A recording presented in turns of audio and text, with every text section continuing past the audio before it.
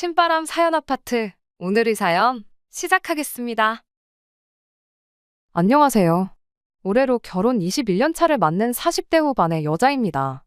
너무나도 갑작스럽게 시어머니를 모시고 살게 될 뻔한 이야기를 하려고 이렇게 찾아왔어요. 결혼 전에는 그래도 나름 알아주는 회사를 다니고 있었어요. 경력을 유지하고 싶었다 보니 결혼 후 첫째 태어났을 때는 친정어머니와 시어머니께 아이를 맡기고 계속 출근을 했죠. 그런데 곧바로 둘째가 생기면서 하는 수 없이 예정일까지만 출근을 하다가 결국 직장을 그만두게 되었습니다. 두 분께 아이 둘을 동시에 맡기자니 그게 조금 그렇더라고요. 게다가 당시 저희 집이 친정이나 시댁에서도 거리가 꽤나 먼 편이었거든요. 출근길에 아이를 맡기고 가는 것도 여의치 않은 상황이었고요. 두 분이 대중교통 타고 저희 집까지 오셨는데 그것만으로도 체력적으로 버거워하셨는데 애가 둘이 돼버렸으니 더 이상 부탁을 드리기 뭐한 상황이었어요. 결국 제가 직장을 그만두고 육아에 집중하기로 했죠.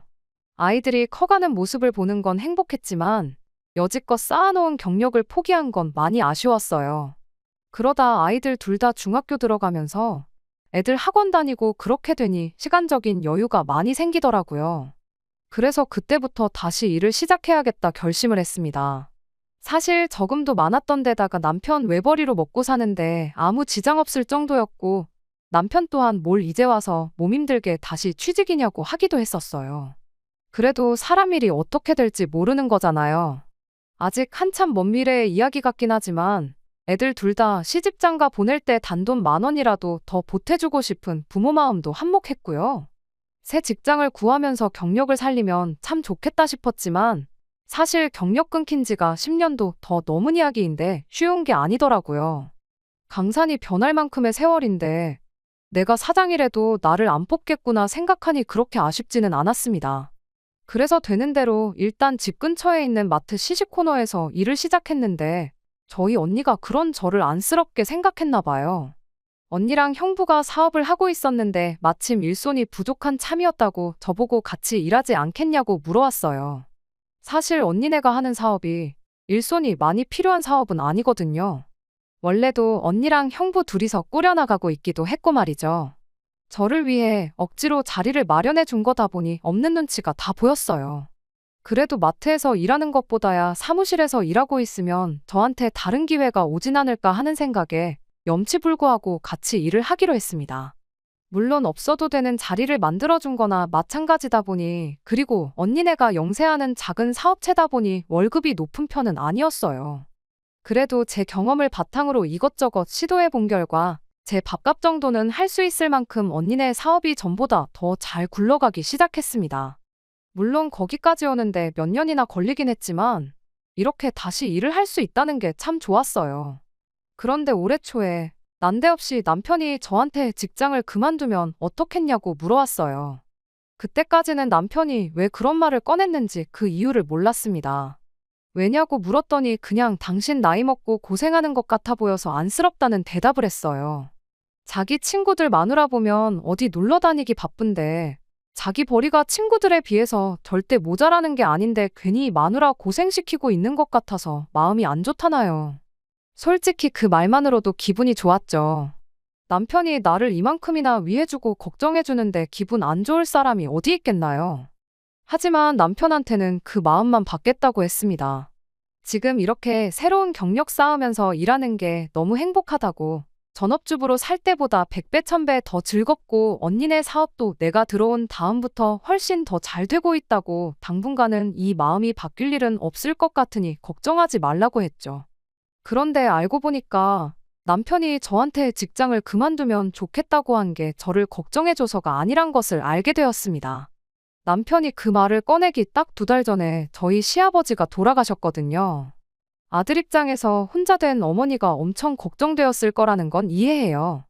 또 그때쯤 뉴스에서 고령화 사회 이야기하면서 노인 고독사에 대한 이야기도 몇 번 나오기도 했고, 남편이 그 방송을 보면서 더더욱 심란해하는 걸 직접 봤기도 하고요. 그런데 저한테 직장을 그만두라고 했던 그 말이 저를 걱정해서가 아니라 시어머니를 걱정해서였다는 건 그로부터 또 한 달이 지나서 알게 되었습니다. 우리 첫째가 군대를 가게 되면서 논산에 있는 훈련소까지 제가 바래다 주게 되었어요. 남편은 회사 일 때문에 일정 조율이 힘들었지만 저는 언니랑 일하고 있었기에 이런 부분에 있어서는 비교적 자유로웠거든요. 아들 입대 전날 저희 가족들끼리 식사를 했어요. 그러다 남편이 논산이면 근처에 대전이 있지 않냐고 조금 돌아가더라도 대전 유명한 빵집 들려서 빵 좀 사와봐라 그러더라고요. 딸아이도 요즘 거기 빵이 유행이라고 새벽부터 줄 서서 사는데 없어서 못 파는 빵도 있다더라 하면서 나도 먹어보고 싶으니까 꼭 좀 사가지고 와달라 관심을 보였죠. 아들은 당장 내일 입대하니까 조금 넋이나가 있었고요. 빵이니 뭐니 그게 다 무슨 소용 있냐는 듯한 표정이었죠. 아무튼 저도 딸아이가 먹어보고 싶어 하니까 조금 돌아서 가더라도 들러서 이것저것 사오겠다고 대답했습니다. 그런데 또 막상 그게 안 되더라고요. 새벽부터 일찍 일어나 2시간 거리를 운전하고 간 게 그렇게 피곤하진 않았는데 아들이 훈련소 들어가는 걸 보니까 마음이 싱숭생숭 하더라고요. 막상 빵 같은 거 챙길 기분도 아니었고요. 딸아이한테 전화해서 빵은 안 사가도 되냐고 물었더니 농담으로 했던 말이라고 나중에 친구들하고 놀러가서 사 먹어도 되니 걱정 말고 빨리 오라 하대요. 빵 이야기는 딸아이보다 남편이 먼저 꺼낸 말이긴 했지만 남편이야 당연히 내 기분을 이해해주겠거니 생각해서 연락도 안 했어요. 그렇게 원래 예상한 것보다 집에 2시간 일찍 도착하게 되었습니다. 그런데 집에 돌아왔더니 남편이 저보다 먼저 집에 와 있더라고요. 문제는 그 시간이 남편 퇴근 시간보다 4시간이나 이른 시간이었다는 거예요. 여지껏 결혼 생활하면서 남편이 정시 퇴근을 했던 적은 많았지만 단 한 번도 퇴근 시간보다 이르게 퇴근한 적은 단 한 번도 없었거든요. 그런데 4시간이나 일찍 퇴근이라니 이상해도 너무나 이상했습니다. 아니나 다를까 남편도 저한테 왜 이렇게 일찍 왔느냐고 묻더라고요. 대전까지 들리려면 적어도 4, 5시쯤은 돼야 집에 올 줄로만 알았다고요. 그래서 남편한테 기분이 울적해서 그냥 일찍 왔다고 대답했습니다. 평소처럼 저한테 위로 한마디 해줄 줄 알았는데 남편은 잔뜩 당황하고 긴장해서는 저한테 괜찮냐고 묻는 게 아니고 말이라도 한마디 해주지 그랬냐는 말을 하더라고요. 언제부터 빵을 그렇게 좋아했다고 사오기로 한 빵 하나 안 사왔다고 화까지 내나 싶어서 마음이 상했죠. 아무튼 남편한테 무슨 일로 일찍 왔느냐고 물었어요. 일이 일찍 끝나기라도 한 거냐고. 일찍 와도 되는 거였음 다른 날도 아니고 하나밖에 없는 아들 군대 가는 날인데 시간 좀 비워보지 그랬느냐고 한마디 했죠. 남편은 여전히 잔뜩 당황해서는 그런 게 아직 선약이 있다. 집에는 잠깐 준비하려고 들른 거다. 허둥지둥 대답을 하고는 후다닥 현관 밖으로 나가더라고요. 그때는 남편한테 아무런 의심도 없었기에 혹시나 선약이 수략 속이면 내가 태워다 줄 테니까 괜히 차 끌고 나가지 말라고 했어요. 그때까지는 몰랐죠. 그렇게 도망치듯 나간 남편이 설마 집에 시어머니를 모시고 오리라고는 생각도 못했으니까요. 그리고 제 앞에 통보하듯 앞으로 우리 집에서 함께 사실 거란 이야기를 하리라고는 말이에요. 시어머니하고는 사이가 좋아요. 워낙에 어머님이 좋은 분이시기도 하고요.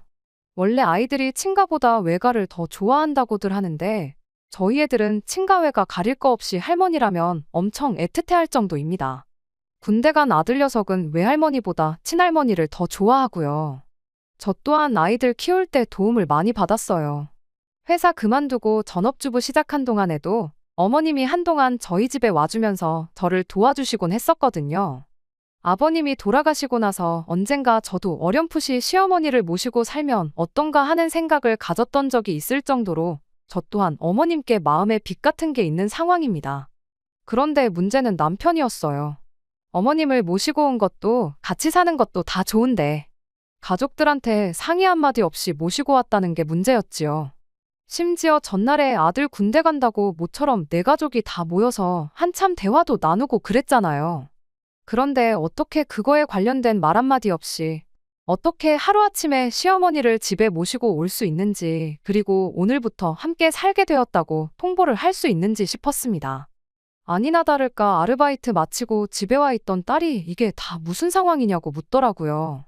남편은 네 오빠 군대 가면서 집에 방이 하나 비게 되지 않았느냐고 할머니가 그 방 쓰시면서 당분간 한 집에 지내면 좋을 것 같아 그랬다고 하더군요. 그때 어머님도 상황이 어떻게 돌아가고 있는 건지 어느 정도 눈치를 채셨나 봐요. 하기사 이미 이야기가 다 되었다고 해서 아들 손에 이끌려 따라왔는데 정작 다른 가족들의 반응을 보아하니 이게 무슨 소리인가 하고 있으니 일이 어떻게 돌아가고 있는 건지 눈치를 못 채는 게 이상한 상황이었죠. 그 와중에 시어머니가 저한테 물으셨어요. 나 들어와서 산다고 직장 그만두기로 했다던데 그건 사실이느냐고요. 제가 그게 무슨 말씀이시냐고 대답도 하기 전에 남편이 먼저 오만상을 쓰고는 선수를 치더군요. 말은 먼저 저에게 일을 그만두면 어떻겠냐고 물어봤을 그때와 같은 말이었지만 이런 상황에 들으니 그 뜻이 얼마나 다르던지 싶었습니다. 제가 걱정된다며 했던 거기 나가봐야 돈 얼마나 번다고 그러고 있느냐던 그 말은 사실 그냥 이참에 직장 그만두고 집에서 어머님이나 모시라는 소리였던 거예요. 친구 마누라들 놀러 다니는 이야기는 또 왜 꺼냈나 싶더라고요. 친구 마누라들도 시어머니 모시고 살면서 펑펑 놀러 나가고 있는 건지 다 물어보고 싶더라고요. 하지만 다행스럽게도 제가 입을 열어야 할 일은 없었습니다. 시어머니가 대번에 남편을 다그치셨거든요. 다 같이 살기를 원한다고 해서 따라왔더니 이건 완전히 말이 다르지 않냐고요. 알고 보니 애초에 어머님도 저희랑 같이 살 생각이 크게 없으셨답니다. 며느리 수발받고 살 생각은 더더욱이요.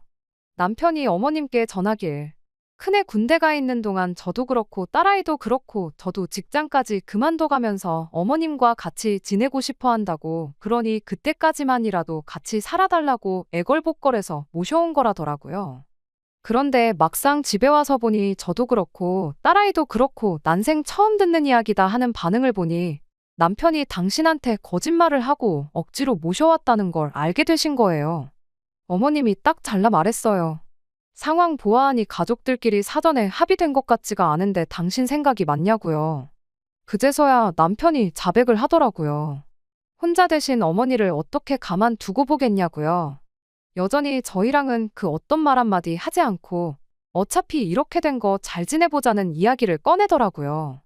어머님이 싫다고 내가 무슨 부귀영화를 누리겠다고 무슨 낯짝으로 며느리 멀쩡히 잘 다니고 있는 회사 그만두게 만들어서 수발을 받고 살겠냐고 하시더니 애초에 같이 살 생각일랑 없었으니 돌아가겠다고 다시 집에 데려다 달라고 하셨어요. 상황이 참 웃기게 돌아가고 있었죠. 어머님도 같이 살고 싶은 생각 없고 저희도 딱히 없는데 남편만 혼자 나서서 시어머니를 모시고 싶다고 하고 있는 상황이었으니 말이죠. 그 와중에 남편은 분위기 파악도 못하고 어머님께 그러더군요. 자기가 봐왔던 TV 프로에서 나온 노인 문제에 대해서 웃기 시작하더니 나중 가서는 고독사 이야기까지 꺼내더라고요. 여태까지 내가 이 자리에 올 수 있었던 건 어머니가 자기를 바른 길로 인도해 주시고 잘 키워주셨기에 그러는 건데 이번에 효도하면서 그 은혜를 갚고 싶다고 하면서 오신 김에 그냥 같이 살자고 어머님께 애처럼 조르기 시작하는 거 아니겠어요? 어머님도 남편의 발언에 어이가 없다는 듯 실소가 터져서는 한마디 하시더군요. 네 키워준 은혜를 왜 며느리한테 갚으라고 그러느냐고요. 내가 너를 키웠지 얘를 키웠냐고 한마디 하시니 남편이 거기다 대고 시어머니한테 자신있게 부부는 일심동체 아니겠냐고 대답을 하더라고요. 어머님은 대번에 남편한테 아주 말장난을 하고 있다고 입만 살아서 부모한테 해야 할 효도 마누라한테 떠넘기지 말고 네가 직접 해보라고 했어요. 당장에 회사 그만두고 와서 내 먹을 밥이고 내가 지낼 방 청소고 내가 입고 쓴 옷까지며 이부자리 빨래까지 네가 다 하라고요. 키워준 은혜는 너만 받았는데 애꿎은 애 고생시키지 말고 말이 그렇게 쉬우면 네가 직접 하라고 하시더군요. 남편이 대번에 자기는 집안 가장으로서 돈을 벌어와야 해서 안 된다고 하더라고요. 거기에 또 어머님이 한마디 해주셨지요. 네 아빠 죽으면서 남기고 간 돈도 꽤 되고 죽기 전에 모아놓은 것도 상당하다고요. 평생 먹고 살 걱정 없게 해줄 테니 어디 한번 네가 모셔봐라 한마디 하시고는 저랑 딸아이한테도 다시 의견을 물어봐 주셨어요. 당신 수발 드는 걸 비롯해 어머님과 관련된 모든 것들은 남편이 회사 그만두고 와서 하는 걸로 하자고요. 그렇게 하면 니들도 불만 없지 않겠냐고 물으셨는데 저랑 딸아이가 약속이라도 한 듯이 동시에 그러자고 대답을 했어요. 그랬더니 남편 표정이 순식간에 안 좋아지더라고요. 어머님이 순간 그걸 캐치해서는 왜 그러냐고 하기 싫으냐고 했더니 남편이 우물쭈물하면서 대답하길 내가 뭐 밥을 할 줄 아는 것도 아니고 집안일을 더 잘하는 사람이 있는데 굳이 내가 해야 하느냐 이러고 있더라고요. 어머님은 또 남편한테 한마디 해주셨어요. 니도 어려워서 못하는 걸 왜 남한테 시키느냐고요. 니가 진짜 이 애미가 걱정돼서 모시고 살고 싶걸랑 직접 모실 자신 있을 때 와서 같이 살자고 하라 하셨어요. 오늘은 이미 시간이 늦었으니 하루는 자고 가겠는데 내일 날 박는 대로 집에 돌아가겠다 하셨고요. 그날은 같이 외식을 했는데 남편 말 한마디 못하고 있는 꼴을 보니까 어머님 덕분에 속이 다 후련하더라고요. 아침 박자마자 어머님 댁까지 제가 모셔다 드렸어요. 어차피 직장까지 방향이 비슷해서 어려울 게 없었습니다. 어머님이 저한테 대뜸 사과부터 하시더라고요. 자식 교육 똑바로 못 시켜서 미안하다고요. 어머님께 그게 무슨 사과까지 하실 일이라고 그러시냐고 손사래를 쳤지요. 오히려 제가 먼저 모시고 살자고 말을 꺼내지 못해서 죄송하다 했어요. 어머님은 같이 살면 불편해서 내가 내 명에 못 산다고 천수 누리고 살고 싶으니 합가하자는 말 일랑 절대 꺼내지 말아달라고 또 한마디 하셨네요. 그리고 아무리 남편한테 그렇게 호되게 하시긴 했어도 아들 걱정이 되긴 하셨나 봐요. 저런 놈이라도 너무 미워하지 말고 밥도 잘 챙겨주고 하라고요. 그 나이에 이혼당하면 지만 손해인 걸 아직도 모르는지 싶다고. 그리고 이제야 남편 뒷바라지 해주는 거 끝이 났는데 아들 뒷바라지 해주면서 살고 싶은 생각일랑 전혀 없으니 혹시나 이걸 이유로 이혼해서 내 품에 아들 돌려주는 일이 없었으면 좋겠다고 이야기하시대요. 어머님 모셔다 드리러 가는 길에 둘이서 얼마나 깔깔거리며 웃었는지 몰라요. 아무튼 이렇게 난데없이 팔자에도 없던 시집살이를 할 뻔했다가 하루 만에 없던 일이 되고야 말았네요. 남편도 그 후로는 어머님 모시고 살자는 이야기는 쏙 들어갔고요. 남편이 가족들과 상의 한마디 없이 그리고 저보고 회사 그만두고 어머님 모시라고 하는 게 반감이 생겼기에 그랬던 거지. 생각해보니 어머님이 걱정되기는 저도 똑같은 마음이었어요. 그래서 다른 건 몰라도 조금 가까이 사시면 훨씬 더 같이 시간을 보낼 수 있지 않겠나 하는 생각이 들더라고요. 그래서 얼마 전에 어머님 모시고 저희 집 근처에 있는 빈집들 보러 다니고 왔어요. 어머님도 아버님 돌아가시고 나서 혼자 살기엔 집이 쓸데없이 큰 것 같아 이사하고 싶으셨다며 참 좋아하셨지요. 작은 집으로 이사하는 만큼 집 한 돈 차액이 많이 생길 텐데 그 돈으로 며느리랑 맛있는 거나 사 먹으러 다녀야겠다고 하시는데 그냥 말만으로도 감사하네요. 여기에 사연 보내시는 분들 중 합가하자는 시어머니 때문에 고생들 하시는 분들이 꽤나 계시던데 저는 합가 생각 없는 시어머니 억지로 합가시키려던 남편 때문에 고생했던 게 돌이켜보니 재미있는 추억이라서 이렇게 사연 보내봤어요. 앞으로도 저희 가족들 이렇게 사이좋게 잘 지냈으면 참 좋겠습니다. 두 번째 사연 시작합니다. 안녕하세요. 결혼한 지 햇수로는 2년 차고 이제 1년 반 지나가는 20대 후반 여성입니다. 작년에 시댁에서 김장날 있었던 이야기를 해보려고 이렇게 제 사연을 적어보내게 되었습니다. 10월에 날씨가 이렇게 따뜻했던 적이 있나 싶어요. 이래가지고 김장이나 할 수 있겠나 싶었죠. 저희 시댁 전통이 11월 오면 무조건 김장을 하는 거였거든요. 그런데 너무 날이 따뜻하면 김치가 빨리 익어서 맛이 없다잖아요. 그래서 얼마 전에 시댁에 전화드렸어요. 날씨가 이래서 11월에 김장이나 하겠냐고요. 그랬더니 시어머니가 그러시더라고요. 올해부터는 김장 안 하기로 했다고요. 왜 갑자기 그러시냐 했더니 저 때문이라고 하시는데 작년 일 기억 안 나냐고 하면서 이런저런 이야기를 해주시는데 이걸 사연으로 적어보면 재미있을 것 같아서 한번 보내보게 되었어요. 다른 건 몰라도 남편이 김치에 대해서만큼은 엄청 깐깐한 편이었어요. 연애할 때부터 어디 식당에만 가면 가장 먼저 하는 게 김치 맛부터 보는 거였습니다. 암만 인터넷에 맛집이라고 소문난 그런 곳을 가더라도 김치가 자기 마음에 안 들면 그 식당은 두 번 다시 가지 않을 만큼 김치에 까다로운 사람이었지요. 이따금씩 왜 저러나 싶을 만큼 김치에 대한 사랑이 남다른 남편이었는데 그 이유를 결혼하고 나서 알게 되었어요. 시댁 김치에 엄청난 자부심을 가지고 있었거든요. 제가 뭐 대장금도 아니고 미각이 그렇게 뛰어난 사람은 아닌데 솔직히 저도 맛있는 김치, 맛없는 김치 정도는 구분할 수 있지만 제 입에는 김치 맛이 어느 정도 수준을 넘어가면 솔직히 다 거기서 거기라고 생각하거든요. 그리고 제가 느끼기에 시댁김치는 그냥 평범하게 맛있는 김장김치 그 이상도 그 이하도 아니었어요. 일전에는 남편이 시댁에서 인연 숙성시켰다는 묵은지를 가져왔었습니다. 그날 돼지갈비 사다가 찜해 먹었는데 정말 맛있게 먹기는 맛있게 먹었어요. 그런데 솔직히 제 입맛이 무뎌서 그런 걸 수도 있지만 밖에서 파는 거랑 그렇게 큰 차이는 안 나더라고요. 뭐 밖에서 파는 게 조미료를 때려 넣어서 그랬다느니 그러면 할 말 없지만 묵은지라고 해서 엄청 고기 맛이 더 좋아지는 것도 아니고 국물이 더 시원해지는 것도 아니었어요. 왜 그렇게 김장김치에 자부심을 가지고 목을 매는 건가 그런 생각을 했는데 세상에 맙소사 알고 보니 시댁 김치가 고조할머니 때부터 대대손손 전해져 오는 120년 전통의 레시피가 있어서 그런답니다. 그 사실을 결혼하고 한참 지나고 김장철이 다 돼서야 알았어요.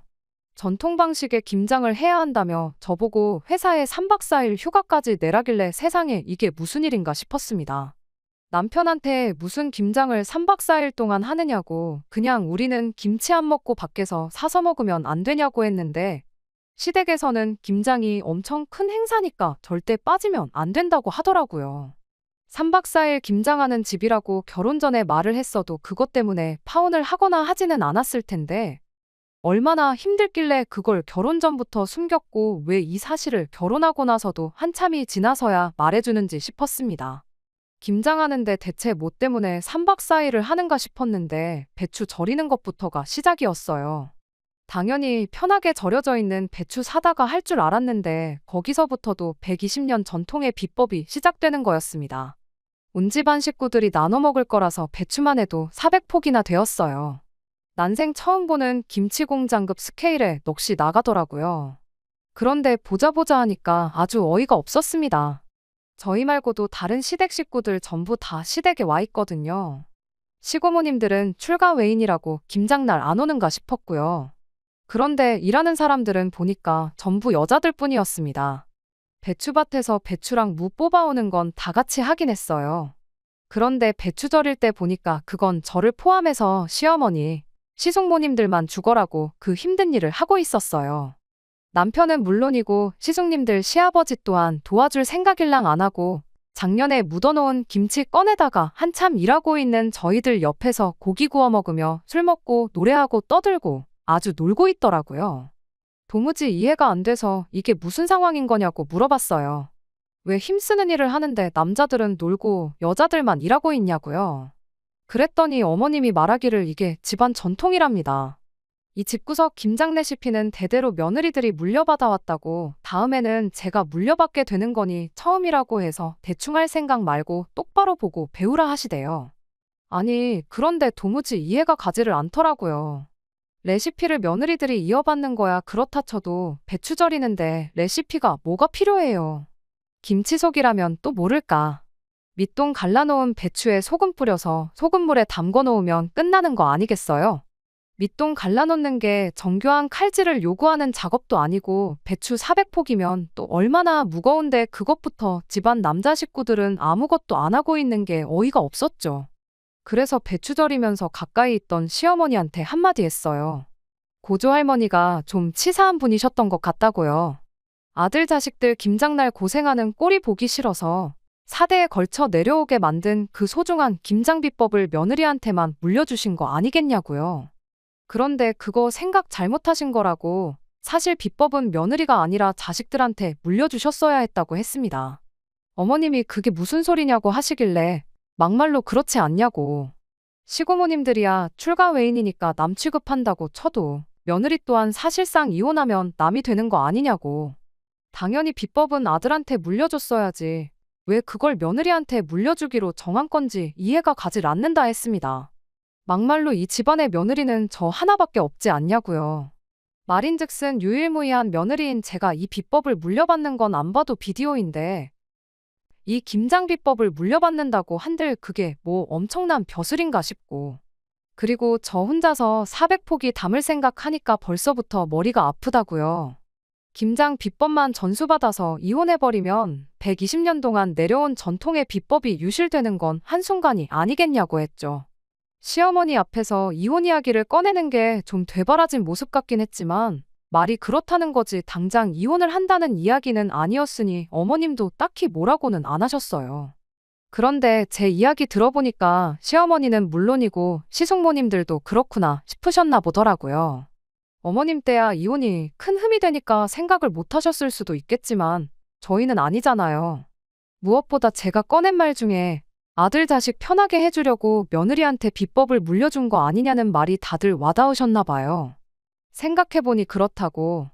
당신들이야 그동안 또 당신들 윗세대 시어머니랑 시숙모들이 하는 거 봐왔고 여태 해왔다 보니 이게 당연한 거구나 싶으셨다고요.